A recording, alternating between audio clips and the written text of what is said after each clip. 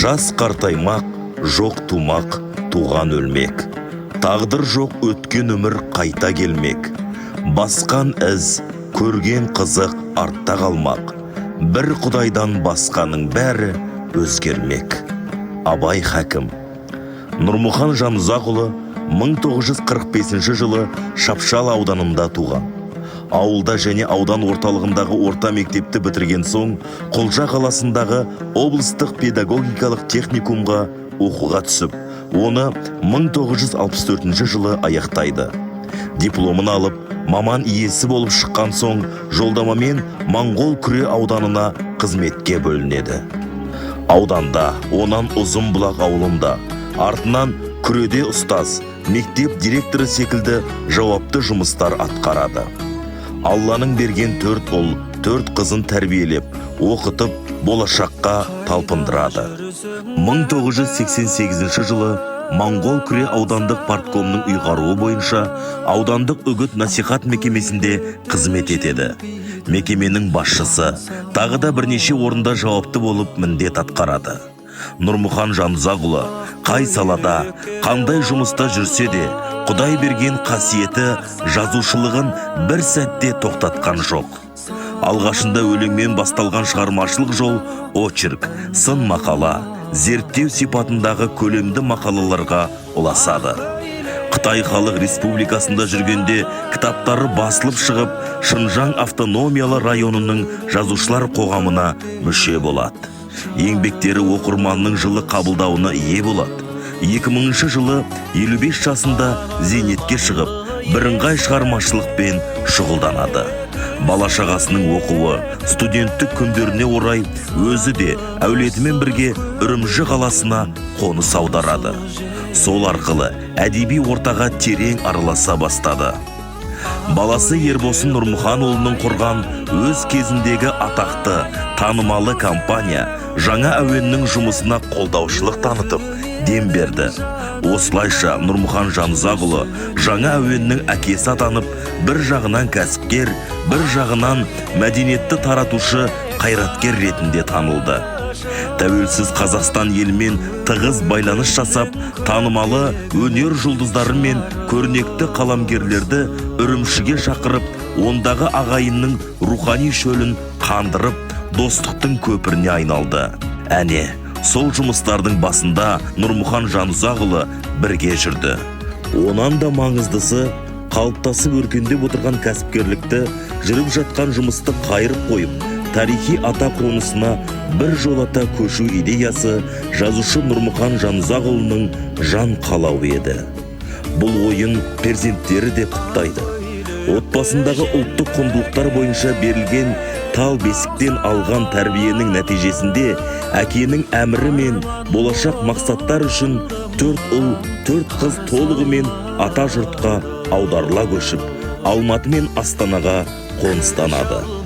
Міне, жасалған бұл қадам жазушы Нұрмұхан Жанұзақұлының тәуелсіз Қазақстанға қосқан өлшеусіз үлесі болды. Үрімжі қаласында 60 жасқа толған мерейтойы ел көлемінде аталып, радио-телевидениедан насихатталды. Ал тарихи отаны Қазақстанға қоныс аударған соң, Қазақстан жазушылар одағының мүшесі болып, 70 жасқа толған мерейтойы Алматыдағы әдебиетшілер үйінде салтанатты жағдайда аталып өтті. Қаламгерлер мен зиялы жұрт өкілдері алдында әдеби есеп берді. Осы кезге дейін поэзия, проза бағытында көптеген кітаптары жарық көріп, елге белгілі тұлғаға айналды. Оның алғашқы Арманай, Ақын жүрегі, Шолпан туралы аңыз, Көз жыры, Көктемнен күзге дейін кітаптары жыр дастандар болып, ақындық қуатын көрсетсе, Өткен ізбен күткен арман прозалық эсселіктер мен қаламгер туралы эсселер. Бір ауыз сөзім мың ділді атты еңбегі даналық пен шешендік бағытындағы афоризмдерден тұрады. Ал соңғы бағдаршам әдеби зерттеу, қоғамдық ой толғаулар, сыр жанрындағы сараптамалық шығарма. Ол қазақ еліне деген сүйіспеншілікті бірінші орынға қойды. Әдебиетке жанкүйер ғана емес, бар ықыласымен берілген қаламгер бола білді. Оның жазған өлеңдеріне көптеген композиторлар ән жазды. Өзі де әнмен жырға әуес сезімтал елгезек жан еді. Алла берген ұлы қыздарының құрметтеуімен қазақтың данасы Хәкім Абайдың туған жеріне сапар жасады. Семей мен Жидебайдан теңдессіз шабыт, мол рухани байлықпен оралып, ұзақ уақыт айтып жүрді және жазды да.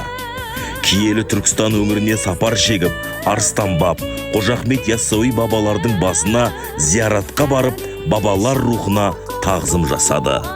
Қазақ елінің өзге де өңірлерін аралап, көкірегі сезімге, көңілі шабытқа толды.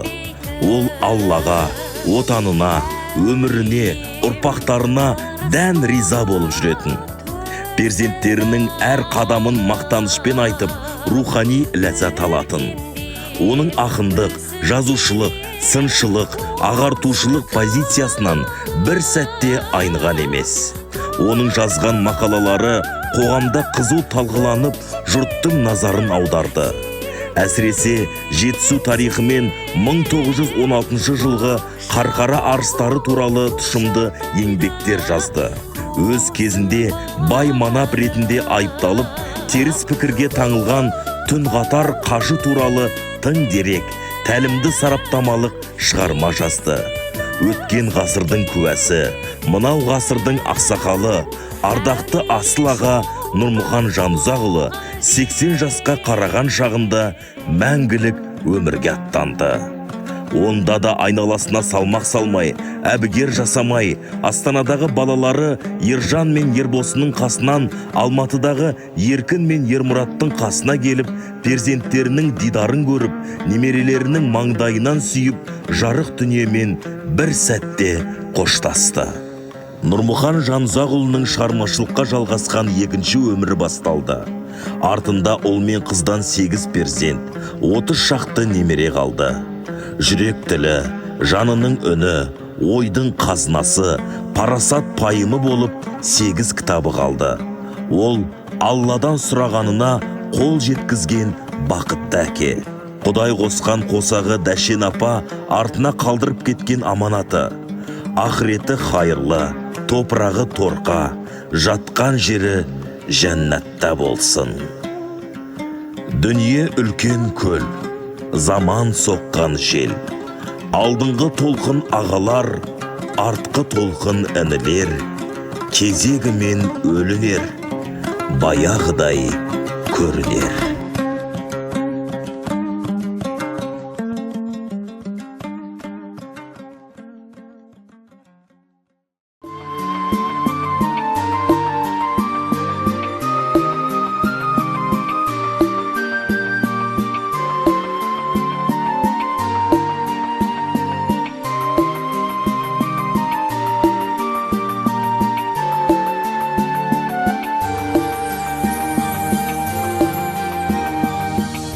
Балаларым, балапаным, сендерсің қуаттарым. Сендер менен мақтанамын, аман жүр шырақтарым.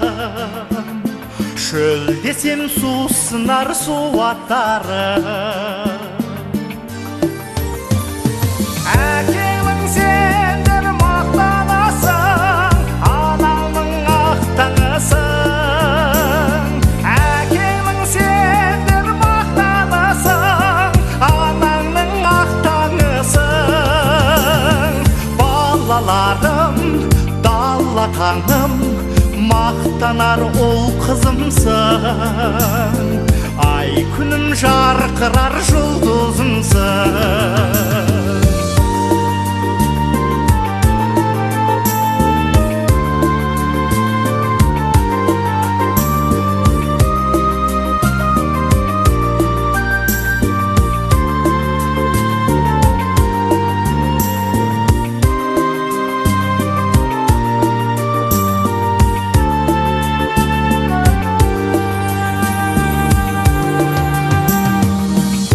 Балаларым, ертеңімсің, жанымның бөлшегісің.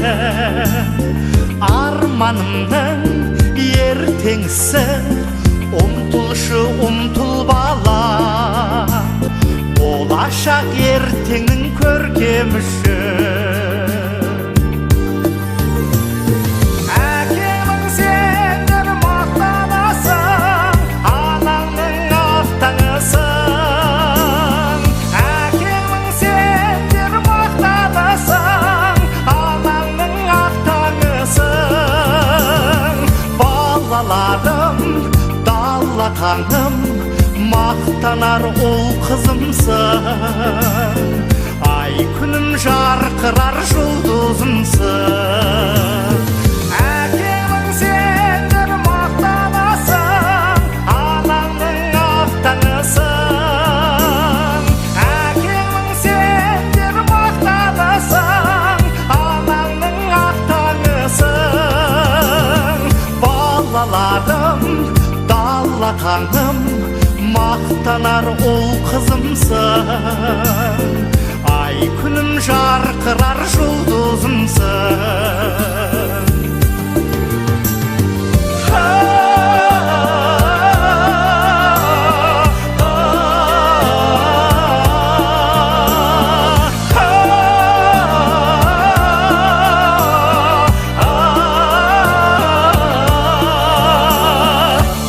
Балаларым, дала қаңым, мақтанар ұл қызымсың.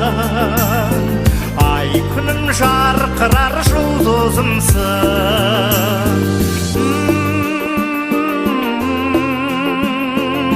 Ай күнім жарқырар жұлдызымсың.